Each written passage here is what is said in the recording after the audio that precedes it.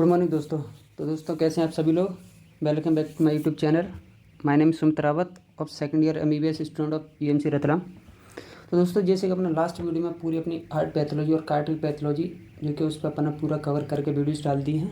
तो आप जहाँ वहाँ जाकर आप जो भी है मैं लिंक डिस्क्रिप्शन में दे दूँगा, तो आप पूरी की पूरी आप कार्डियक पैथोलॉजी एक बार देख सकते हैं और बुक से अच्छे से पढ़िए फिर उसको। ठीक है दोस्तों, आज जो अपन नेक्स्ट लेके दैट इज सिस्टमिक पैथोलॉजी का पार्ट है, ब्लड वेजल से रिलेटेड जो भी अपनी डिसीज़ हैं, क्या इन्फेक्शंस हैं, वो अपन आज इसकी वीडियो में कवर करेंगे। जिसमें मोस्ट पार्ट आपको पता ही है, मोस्ट इंपॉर्टेंट एथेरोस्क्लेरोसिस जो कि मोस्ट कॉमन है आज के टाइम में, तो वो अपन आज की वीडियो में कवर करेंगे। उसके बाद थोड़ा वीडियो दोस्तों लेंदी होगा, तो आप थोड़ा पेशेंस बनाए रखिए, बाकी पढ़ते रहिए, बाकी बातें अपन लास्ट में करेंगे। तो चलिए बिना टाइम वेस्ट कर अपन आज का वीडियो अपना स्टार्ट करते हैं। तो जैसे मैं आपको कहता हूँ ब्लड वेजल के बारे में, तो that is a part of systemic. तो ब्लड वेजल का एक थोड़ा ओवरव्यू दे दूँ मैं आपको पहले से, क्या है क्या नहीं। ये अपनी ब्लड वेजल है, देयर इज इसकी अपनी तीन लेयर है। That is endothelium inner most जो कि सेल्स रहेंगे एंडोथीलियम के। बाकी लेयर इसकी tunica interna, media and externa. नाम से लग रहा है, ट्यूनिका का मतलब होता है ब्लड वेजल। ठीक है, तो ये इंटरना होगी, मीडिया होगी, ये एक्सटर्ना होगी। ठीक है, ट्यूनिका मीडिया जनरली इसमें जो अपने रहते हैं ट्यूनिका मीडिया में, वो क्या रहते हैं, स्मूथ मसल्स के सेल्स रहते हैं, स्मूथ मसल सेल्स रहते हैं। ठीक है दोस्तों, तो अब वेजल, थोड़ी आपको वेजल के बारे में पता होगा। आर्ट्रियोल, कैपिलरी, वेन्यूल्स वेन रहती हैं, जो कि आर्ट्रियोल रेजिस्टेंस वेजल रहती हैं। कैपिलरी से मैक्सिमम क्रॉस सेक्शन एरिया रहता है। वेन्यूल्स आपको मोस्ट इंपॉर्टेंट वेजल इन्फ्लेमेशन के related. When maximum blood volume maximum concern करता है, उसके लिए रहते हैं। ठीक है दोस्तों, पहला जो आपको मैं टाइप बताऊँ, there is a hypertensive आर्ट्रियोस्क्लेरोसिस।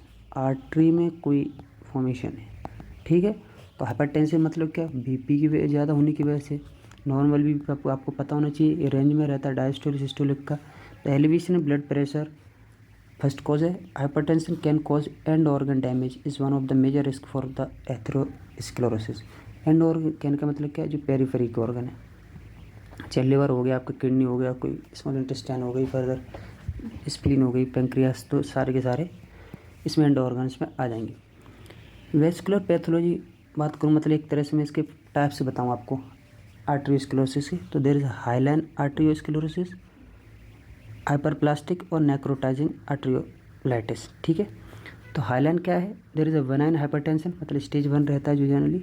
Hyperplastic में आपको, हाइपरप्लास्टिक में वेनाइन हाइपरटेंशन मिलेगा, लेकिन हाँ मैलिग्नेंट भी मिल सकता है। लेकिन नेक्रोटाइजिंग आर्टरियोलाइटिस जो रहती है उसमें आपको मैलिग्नेंट हाइपरटेंशन मतलब बीपी आपको बहुत ज़्यादा बढ़ता हुआ मिलेगा।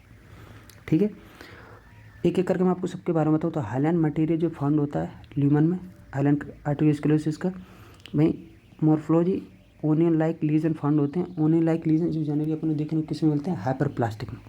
याद करें, इसका कैरेक्टरिस्टिक फीचर है, आप रोज देखेंगे तो हाइपरप्लास्टिक में आपके देखने को मिलेगा। भाई हाईलाइन मटेरियल, हाईलाइन डिपोजिशन हो जाता है हाईलाइन कार्टिलेज का। हाईलाइन कार्टिलेज नहीं बोलूँगा, हाईलाइन मटेरियल है, that is a part of deposition in hyaline arteriosclerosis.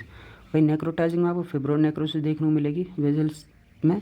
भाई जो न्यूट्रोफिल है वो भी इन्फ्लेमेशन हो रहा है, तो न्यूट्रोफिल भी आपको देखने को मिल सकते हैं।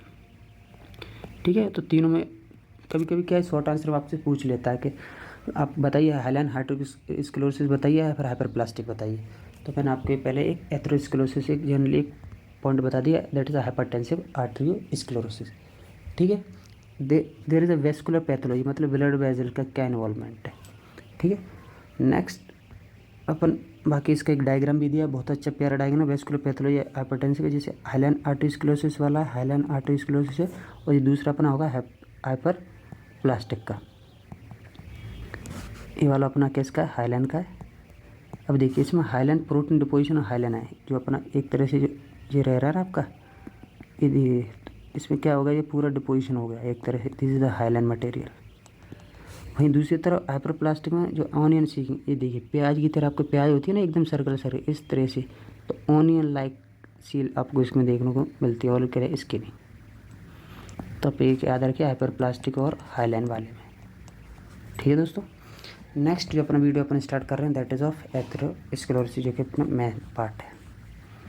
ठीक है, तो thickening and hardening of tunica intima primarily होता सभी में, लेकिन सबसे पहले क्या है, wall of blood vessel. Tunica intima जो उसकी लेयर है, अगर उसकी थिकनेस बढ़ जाए या फिर वो हार्ड हो जाए, तो that is a atherosclerosis is common definition. ठीक है, कैरेक्टराइज बाय फाइब्रोफैटी प्लग और atheromatous atherosclerotic plug protrude into vessel.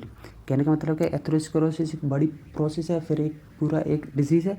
वहीं उसमें क्या क्या फाइब्रोफैटी प्लग फॉर्मेशन होगा। एथ्रोमा सिंगुलर फॉर्म है, एथ्रोमेटस भी। दीज आर द जो अपना प्लग जो वहाँ पर डिपोजिशन होता है, इसको मान के लिए वेजल है तो इसमें जो बनेगा एथ्रोमेटस भी बोलते हैं, एथ्रोमा भी बोलता है। भी मैं आपको बताऊंगा, पूरा एक डायग्राम दिया है इसका एथ्रोमा का। मतलब कहने का मतलब एथेरोस्क्लेरोसिस जो अपना रहता है उसमें क्या क्या उसका एथेरोस्क्लेरोटिक जो प्लग रहता है उसका डायग्राम, ठीक है। तो इसका डिपोजिशन ही इस कैरेक्टराइज करता है फॉर द एथेरोस्क्लेरोसिस प्रोसेस, ठीक है। जैसे कि मैं आपको बताऊं,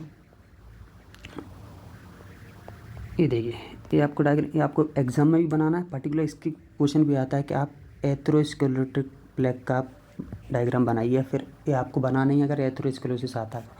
ये देखिए, आप देख पा रहे हो फाइब्रस कैप, इसमें 2 नेक्रोटिक सेंटर रहता है। नेक्रोसिस मतलब जनरली इसमें जो नेक्रोसिक पूरे एरिया में रहती है, जिसमें आपको cell debris, cholesterol crystal, foam cells और कैल्शियम आपको देखने को मिलता है। वहीं फाइब्रस कैप आप स्मूथ मसल सेल देखने को मिलेंगे, मैक्रोफेज मिलेंगे, लिम्फोसाइट्स मिलेंगे और न्यूवेस्कुलराइजेशन।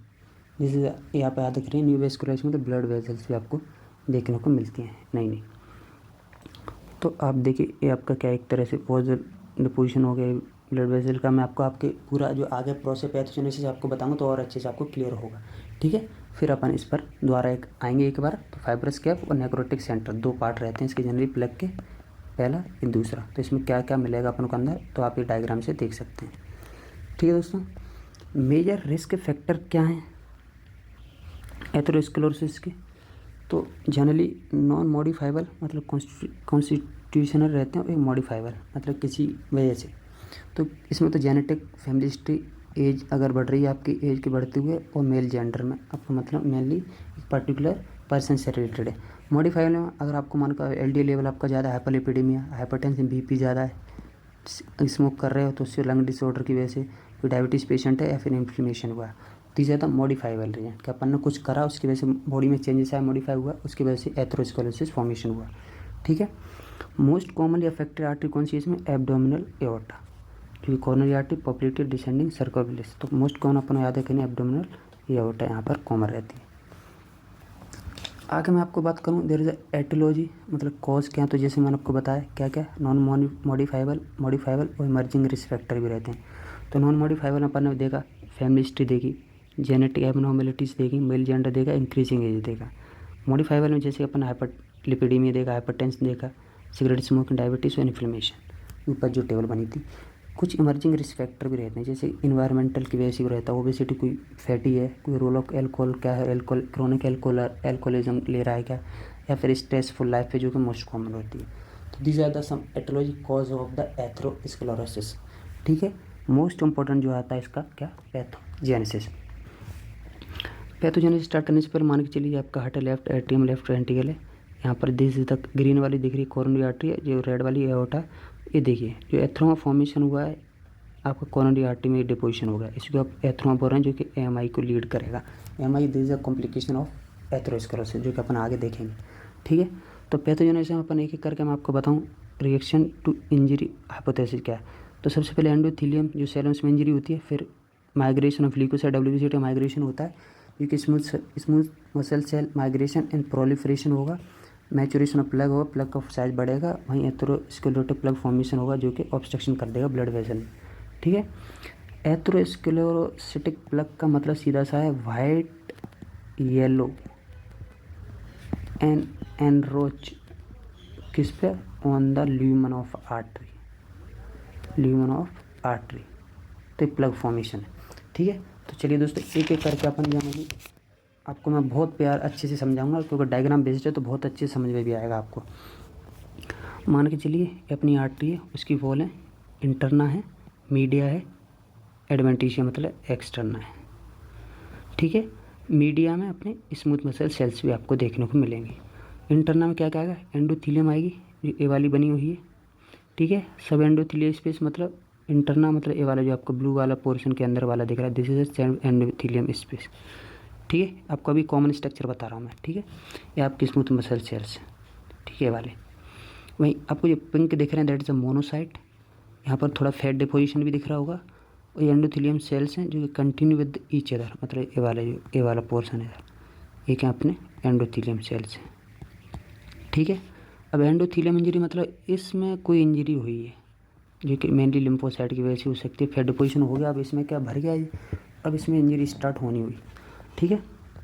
तो रिस्पॉन्स टू इंजरी में क्या है, क्रोनिक एंडोथेलियम इंजरी किस किस की वजह से हो सकती है, हाइपरलिपिडीमिया है उसको, हाइपरटेंशन है, कोई टॉक्सिन रिलीज है, कोई वायरस इन्फेक्शन है, या स्मोकिंग की वजह से, इतनी ज़्यादा कॉजेज। तो अपन ने पहला डायग्राम देखा, उसके कुछ कॉजेज देखे, अपन ने देखा कि क्या क्या व्यू इसमें ओवरऑल कैसा होने वाला है, क्या होने वाला है, ठीक है। आगे देखें रिस्पॉन्स टू इंजरी, अब इंजरी हो गई है तो उससे क्या क्या चेंजेस आएंगे ये भी देखें।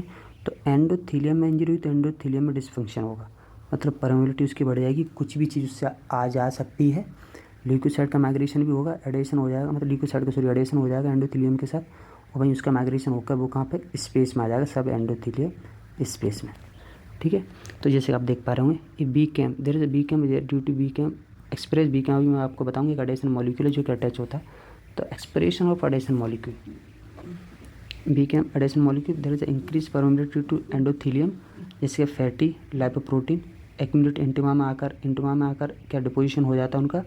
ल्यूकोसाइट जो WBC हैं ऑल्सो माइग्रेट जैसे मोनोसाइट इन सब एंडोथेलियल स्पेस और बिकम मैक्रोफेज, ठीक है। मतलब एक तरह से जो मोनोसाइट आ गया अभी कहाँ पर, ट्यूनिका इंटिमा में, जैसे ही वो आएंगे ट्यूनिका इंटिमा में आते हैं तो वहाँ पर क्या वो हो जाते हैं, जो मोनोसाइट हैं वो अपने मैक्रोफेज में बदल जाते हैं, ठीक है। तो जैसे मैं आपको बताऊँ बीकेम, जैसे इसके बढ़ने से क्या हुआ इंजरी को होगी, तो यहाँ पर ये फैटी सेल्स भी हैं LDL, यहाँ पर मोनोसाइट हैं, these are the monocyte pink colour है, और जो ग्रीन वाले हैं कुछ प्लेटलेट्स भी आ गए। अब देखिए मोनोसाइट मतलब WBC का क्या होगा, ल्यूकोसाइट का माइग्रेशन एक कहाँ पर आ गए, जो अपना ये सब एंडोथेलियल स्पेस है, बहुत प्यार से अच्छे से डायग्राम मैंने आपको अच्छे से देखी और देखिए सब एंडोथेलियल स्पेस में आ गए, ठीक है। ये आ चुके हैं, ये अभी आपकी स्मूथ मसल सेल्स हैं। तो अभी अपनी बात कहाँ तक पहुँची है, ट्यूनिका इंटिमा में आ गए स्मूथ मसल सेल्स में, ठीक है। जो gap between endothelium cell created किसकी वजह से रहता है, जो अपने इसके लिए गैप के लिए रिस्पॉन्सिबल रहता है, जो गैप प्रोड्यूस हुआ है, ठीक है।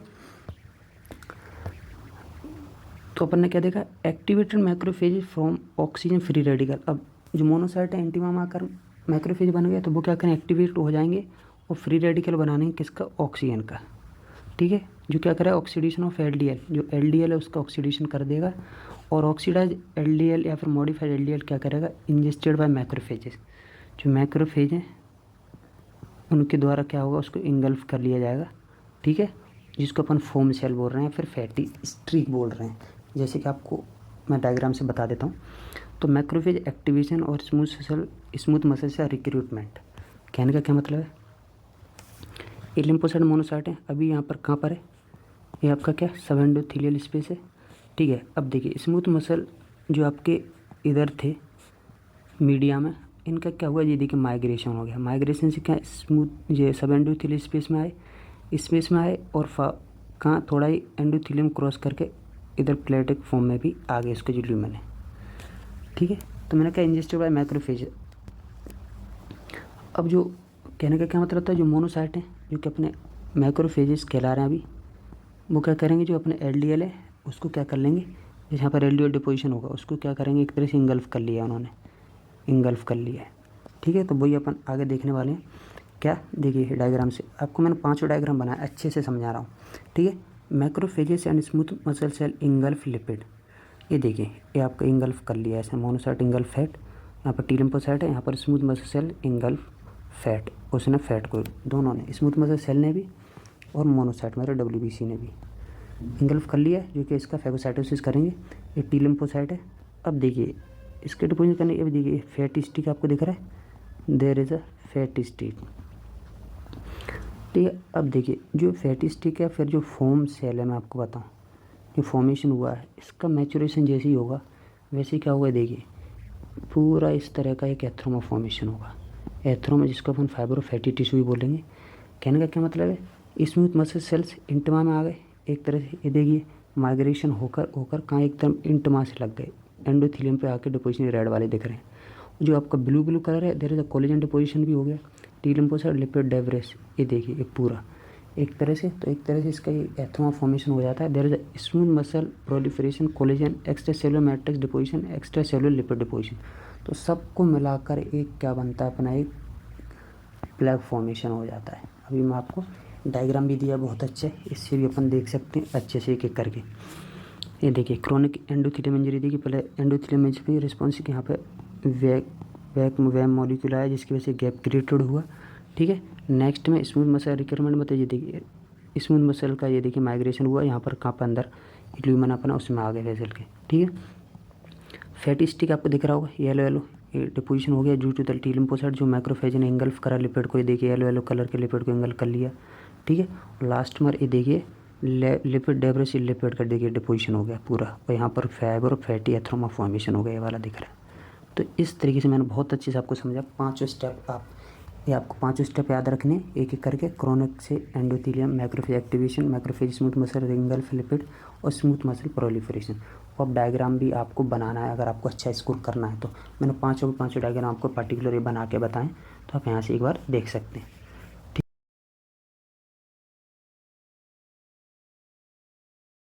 तो जैसे कि आपको पता है अपना मेरे फॉर्म सेल बन गए, तो smooth muscle cell synthesize extra cellular matrix specially collagen in the intima, convert fatty stick into mature fibre of fatty atheroma, progressive growth of atherosclerotic region जो कि हो जाएगा। ठीक है, तो smooth muscle cell collagen synthesis in tunica intima, ये आपको पता है। स्मूथ मसल सेल से आगे चल कर कोलेजन जो आपको मैंने अपन ग्रीन ग्रीन बताया था, यहाँ पर वो डिपोजिशन हो जाता है। ये वाला जो पोर्शन आपको ये देखिए ये वाला। ठीक है, तो ये देखिए कोलेजन देखिए स्मूथ मसल्स के सेल के थ्रू सिंथेसिस हुआ है। नेक्स्ट मैं आपको बताऊं there is a risk factor. अभी मॉडिफाइबल नॉन मॉडिफाइबल ये मैंने आपको थोड़ा एक बार फ्लो चार्ट में तो आप ये भी देख लिए, बाकी ऊपर मैंने आपको टेबल भी बता दी एक बार और एक बार प्रॉपर समझा भी। ठीक है दोस्तों, नेक्स्ट जो अपन देखते हैं, जैसे कि मैं आपको बताया fatty stick collection of Homi macrophage in intima aorta with fatty stick. ये देखिए ये फैट है, ये बन गई डिपोजिशन हो गई, ये अपनी एओर्टा है दिख रहा पूरा आपको येलो येलो दिख रहा है, मतलब फैट है यहाँ पे। ठीक है, associated with लार्जरी with osteo branch. Next वाली क्या है, हाइपर कोलेस्ट्रॉल रेबल। ये देखिए यहाँ पर ये फैट एक तरह से डिपॉजिट हो गया है। ठीक है, और ये क्या फोम सेल्स आपको छोटे छोटे दिख रहे हैं ना, आपको देखिए मैं जो बताता हूँ, these are the foam cells. ठीक है, तो ये भी आप मॉर्फोलॉजी में इसकी स्टो में देख सकते हैं। क्लिनिकल फीचर ऑफ, फिर मैं बताऊँ there is a clinical feature of atherosclerosis, मतलब हो क्या क्या सकता है। तो there is a blood flow कम है तो इस्कीमिया एट्रोफी हो जाएगी ब्लड वेसल की, इन्फेक्शन नेक्रोसिस हो सकता है, थ्रोम्बोटिक एम्बोलाई हो सकता है। क्लिनिकल फीचर मतलब जैसे एथेरोस्क्लेरोसिस से हो सकते हैं, aneurysm, dilation, eventually rupture. This are the clinical feature of atherosclerosis. बाकी मेजर को जो कॉन्सिक्वेंसेस रहते हैं ऑफ किसके, एथेरोस्क्लेरोसिस के, और भी हैं इसके अलावा भी हैं। जैसे कि मैं आपको बताऊं, सबसे पहले एमआई जिसकी वजह से आपको हार्ट अटैक आने के चांसेस हैं। दूसरा आपका जैसे सेरिब्रल इन्फेक्शन हो जाए जिसकी वजह से आप स्ट्रोक आ सकता है आपको generally. These are the major consequence of atherosclerosis. उससे हो सकता है एथेरोस्क्लेरोसिस हुआ किसी को तो ये कंडीशन आ सकती है, एओर्टिक एन्यूरिज्म हो जाएगा एओर्टा में, उसकी डायलेशन हो जाएगा। ठीक है, या फिर पेरिफेरल वेस्कुलर डिसीज है जैसे कि आपको गैंग्रीन। तो आप ये भी याद रख सकते हैं चारों की चारों, इससे क्या क्या इससे ये लीड होती है। ठीक है दोस्तों, बाकी बहुत प्यारा diagram the natural history morphology feature pathogen event and complication of atherosclerosis. मान के चलिए कोई नॉर्मल आर्टरी है, उसमें फैटी स्टिक डिपोजिशन हुआ, ये देखिए थोड़ा बहुत फाइब्रोफैटिक प्लग फॉर्मेशन हुआ, एडवांस वनरेबल मतलब एक तरह से इसकी क्या हुई ग्रोथ है। तो इससे क्या क्या हो सकता है, एन्यूरिज्म रप्चर हो सकता है, फट जाएगा तो एन्यूरिज्म हो जाएगा, ऑक्लूजन हुआ थ्रोम्बस फॉर्मेशन हो जाएगा, फिर क्रिटिकल स्टेनोसिस और प्रोग्रेसिव प्रेग्रेड ग्रोथ है। ठीक है, तो बॉल वीकनिंग हो जाएगी इसकी वजह से, जो क्लिनिकल अपन फाइंडिंग्स में जनरली देखेंगे। ठीक है, तो ये इन्होंने एक डायग्राम के थ्रू समझाया है कि प्री क्लिनिकल एज में मतलब यंग एज में आपको ऐसा ब्लड वेसल में दिख रहा है, लेकिन इसके बाद क्या क्या जब ये अडल्ट हो जाए फिर बूढ़ा हो जाए तो इसमें एक कॉम्प्लिकेशन आपको देखने को मिल सकते हैं। ठीक है, तो बहुत अच्छा डायग्राम मुझे पर्सनली बहुत अच्छा लगा, क्योंकि मुझे क्लियर हुआ कि भाई हाँ प्लग तो फॉर्मेशन होगा लेकिन उसके रप्चर से क्या क्या हो सकता है, उसकी बॉल वीकनिंग कर देगा वो, या प्रोग्रेसिव ग्रोथ से क्या क्या कंडीशन बन सकती है। ठीक है दोस्तों, तो ये इसका एक तरह से एक डायग्राम दिया हुआ है। नेक्स्ट आता है दोस्तों जो कि प्लग अपना एक बेसिक डिफरेंस का भी क्वेश्चन आता है कि वनरेबल प्लग क्या होता है, स्टेबल प्लग क्या होता है। तो अपन एक करके दोनों में एक डिफरेंस देखेंगे। देयर इज पहला वनरेबल प्लग और दूसरा देखें अपन स्टेबल प्लग। कॉमन डिफरेंस देख लेते हैं अपन, ज़्यादा नहीं। ठीक है। तो जैसे पहला अपन देखें जो वनरेबल स्टेबल एथेरोस्क्लेरोटिक प्लग हैं, तो vulnerable plug have thin fibrous cap, मतलब क्या है, थिन फाइब्रस कैप है, ठीक है। Thin large lipid course and greater inflammation, मतलब लार्ज लिपिड कोर्स बन गए हैं, डिपोजिशन हो गया, वहीं क्या है, इन्फ्लेमेशन भी बहुत ज़्यादा है, इन्फ्लेमेशन इज ऑल्सो मोर, ठीक है भाई। स्टेबल की बात करें, थिक होता है, डेंस कोलेजनस फाइब्रस कैप्स रहते हैं with minimal inflammation and atheromatous core रहता है। तो कहने का मतलब क्या, थिक है, थिक फाइब्रस कैप है, लार्ज लिपिड कोर्स नहीं है, अपना क्या एक तरह एथ्रोमेटस कोर है, एथ्रोमेटस कोर फॉर्मेशन, और इन्फ्लेमेशन भी क्या है, मिनिमल है। तो दोनों डिफरेंस देखने को मिलता है। ये देखिए यहाँ पर मीडिया दोनों में दिख रही है आपको, देखिए ड्यूमन में, ये देखिए फाइब्रस कैप आपको देखने को मिल रहा है, पूरा जो अपना रेड वाला लिपिड कोर तो आपको ठीक है, येलो वाला पोर्शन जो देखने को मिल रहा है, वहीं फाइब्रस कैप यहाँ भी है, लेकिन यहाँ पर देखिए थिक है, यहाँ पर ये थिन दिख रहा है, पतला दिख, बाकी लिपिड कोर आपको देखिए यहाँ पर एक एथ्रोमेटस कोर, जनरली जो एथ्रोमा फॉर्मेशन हो रहा है उसके नीचे, यहाँ पर ये थोड़ा लिपिड कोर क्या है, एक तरह से लार्ज है, ये देखिए बहुत बड़ा है, आपको लार्ज दिख रहा है, यहाँ पर देखिए आप थोड़ा स्मॉल दिखेगा, ठीक है। तो कभी कभी आपसे पूछ लेता है कि वनरेबल प्लग और स्टेबल प्लग में क्या क्या डिफरेंस है, अगर वो एथेरोस्क्लेरोटिक प्लग को और पूछना चाह रहा है तो आप ये दोनों में एक डिफरेंस याद रख सकते हैं, ठीक है दोस्तों।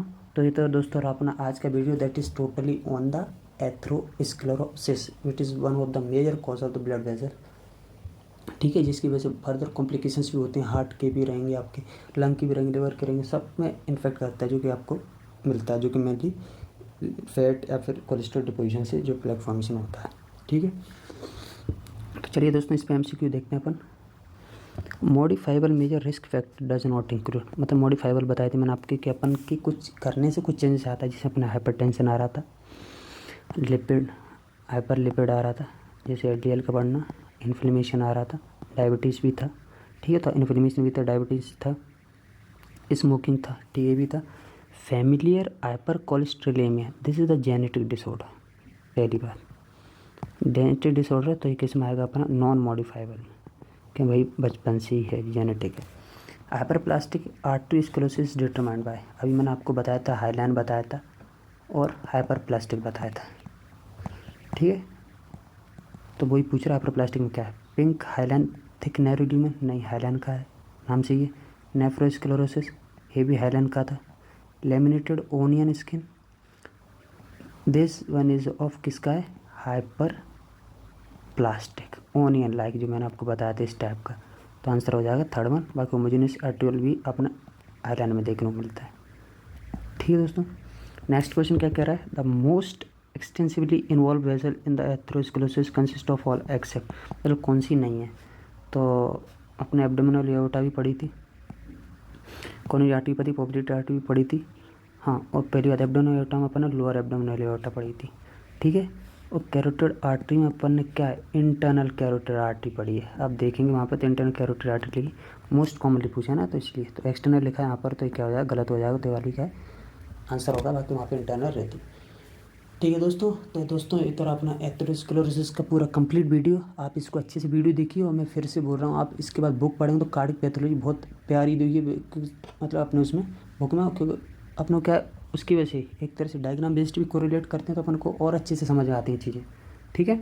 तो वहाँ पर जाकर आप वो देख सकते हैं अच्छे से, एक्सटर्नल कैरोटिड आर्टरी, ठीक है। बाकी सॉरी दोस्तों, एथेरोस्क्लेरोसिस आप वहाँ पर जाकर देख सकते हैं। बाकी आपको मेरा वीडियो पसंद आया तो बिल्कुल इसको अपने दोस्तों के साथ शेयर कीजिए, सब्सक्राइब कीजिए, और बाकी नेक्स्ट वीडियो अपन बहुत जल्दी आएंगे, दिस अनदर वीडियो जो कि अपन जनरली ब्लड वेसल को अभी ख़त्म करेंगे, एक आध वीडियो हो रहा है इस पर, ऐसे वेस्कुलाइटिस वाला पोर्शन बचा है। बाकी दोस्तों अच्छे से पढ़ते रहिए वैसे ही, बाकी जो है पैथोलॉजी के साथ बनाए रखिए। चलिए तो दोस्तों नेक्स्ट वीडियो में बहुत जल्दी मिलेंगे आपके साथ, थैंक यू सो मच।